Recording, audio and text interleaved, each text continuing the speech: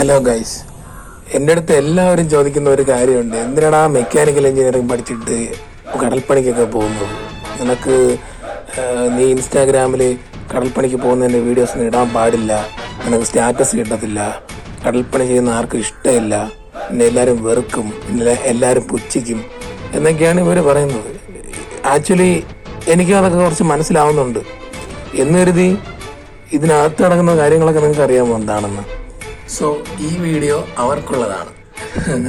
Let me explain. ഞാൻ ഫിഷിങ്ങിനെ ഒരു പ്രൊഫഷനായിട്ട് കാണുന്നില്ല.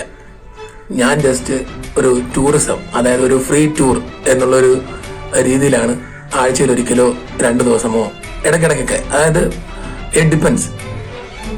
ഇപ്പം നമുക്കിപ്പോൾ വേറൊരു പരിപാടി ഇല്ല, നമ്മൾ വീട്ടിൽ ചുമ്മാ ഇരിക്കുകയാണ്, നമുക്കൊരു ഫ്രീ ടൂർ കിട്ടുന്നത് നല്ലതല്ലേ?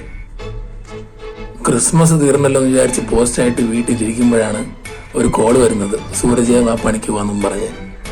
അപ്പം ഞാൻ വീട്ടിൽ വേറെ പരിപാടിയൊന്നുമില്ല, എന്തായാലും പോസ്റ്റ് ഒരു ടൂർ പോയിട്ട് വരാമെന്ന് വിചാരിച്ച് ഇറങ്ങി. അങ്ങനെ ഗൈസ് ഞങ്ങൾ വള്ളം ഇളക്കി വിട്ടു. ഇതാണ് ഗൈസ് എൻ്റെ നാട്, Poonthura. It's very special you know. നമ്മുടെ 2 കന്നാസ് വെള്ളവും നമ്മുടെ മറ്റേ ബോട്ടിലായി പോയി ഗൈസ്.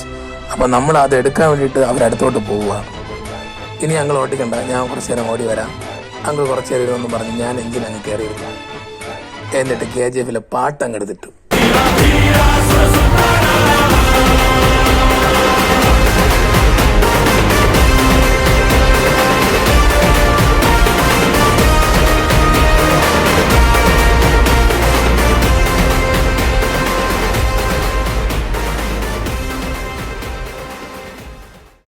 മോനെ ആകാശേ, 20 മൈലേജും 70 കോമ്പസ് എത്തി, കല്ല് വൈ, ബാക്കി നമുക്ക് പിന്നീട് നോക്കാം എന്ന് അങ്കിൾ എൻ്റെ അടുത്ത് പറഞ്ഞു. ശരി, ഓക്കെ.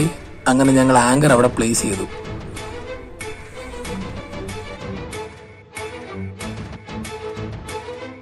സൺസെറ്റൊക്കെ കഴിയാറായി. ഇനി നമുക്ക് ലൈറ്റ് ഇല്ലാതെ പറ്റത്തില്ല, അതുകൊണ്ട് എൻ്റെ അടുത്ത് ലൈറ്റൊക്കെ എടുക്കാൻ പറഞ്ഞു. ടാങ്കിൽ ഫ്യൂലെല്ലാം തീർന്ന് നമുക്ക് റീഫിൽ ചെയ്യണം. സൺ സെറ്റ് ആവാൻ വേണ്ടിയിട്ട് ഇനി കുറച്ച് സമയമുള്ളൂ. അപ്പം ഞാൻ ഈ വൈബൊക്കെ കണ്ടിട്ട്, ഈ വ്യൂവും കണ്ടിട്ട് ഫുഡ് കഴിക്കാമെന്നങ്ങ് വിചാരിച്ചു. ഈ സമയത്തെ ഫുഡ് കഴിക്കാനൊക്കെ നല്ല നല്ല ടേസ്റ്റ് ആയിരിക്കും. സ്പെഷ്യലായിട്ട് പറയുകയാണെങ്കിൽ കരുവാട്, പൊരിച്ച മീൻ, സലാഡ്, അങ്ങനെയുള്ള ഐറ്റംസ് ഒക്കെ കഴിക്കാൻ നല്ല ടേസ്റ്റ് ആയിരിക്കും, ഒരു പ്രത്യേക രസമായിരിക്കും. ഇനി നമുക്ക് വാളമീൻ പിടിക്കാനുള്ള ബെയ്റ്റ് അരിയണം. ഇവിടെ മൊബൈൽ നെറ്റ്വർക്ക് ഒന്നും കിട്ടത്തില്ല, ഇതെല്ലാം നമ്മൾ വയർലെസ് കമ്മ്യൂണിക്കേഷൻ വഴിയാണ് ചെയ്യുന്നത്. പണ്ടൊന്നും ഇതൊന്നും ഇല്ലായിരുന്നു, ഇപ്പോഴാണ് ഇതൊക്കെ വന്നത്. ഇനി നമുക്ക് പാട്ടും കേട്ട് കുറച്ച് വാള പിടിച്ചാലോ? ഓരോ മീൻ പിടിക്കുമ്പോഴും ഭയങ്കര സന്തോഷമാണ്, കാരണം ഇതൊക്കെ ഓരോരോ ഫാമിലീസ് ആസ്വദിച്ച് കഴിക്കുമല്ലോ, അതോലോചിച്ച്.